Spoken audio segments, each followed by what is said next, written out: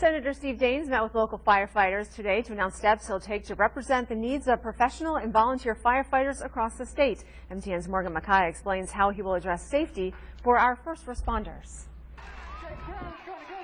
And we need to honor these men and women, these firefighters, support them, and make sure they're taken care of. Senator Steve Daines announced in Bozeman that he will be joining the Congressional Fire Services Caucus. This is one of the largest caucuses in Congress, and members work to support first responders. In Montana, we have so many volunteer firefighting operations, and the Firefighter Caucus supports all of those firefighters. So it's particularly important to me, somebody who represents a state like Montana that has a real rural component to it. Going forward, Senator Steve Daines will be representing and fighting for the needs of firefighters all across Montana. So to have our elected officials be interested in what we're doing to change the fire service here in Montana, it really gives us the support we need to grow and match the demands of our community. One of the initiatives Senator Daines hopes to push forward for local firefighters is a national database that will help determine health hazards of the job.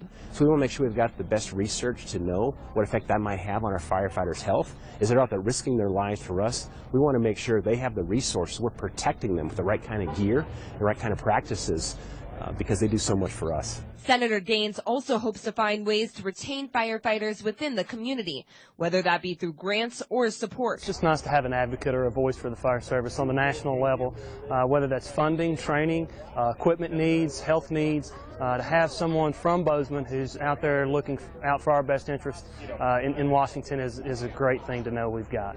Fire officials from both Bozeman and Butte were present for Senator Daines' announcement. In Bozeman, Morgan Mackay, MTN News. Very nice and very nice. Politicians are giving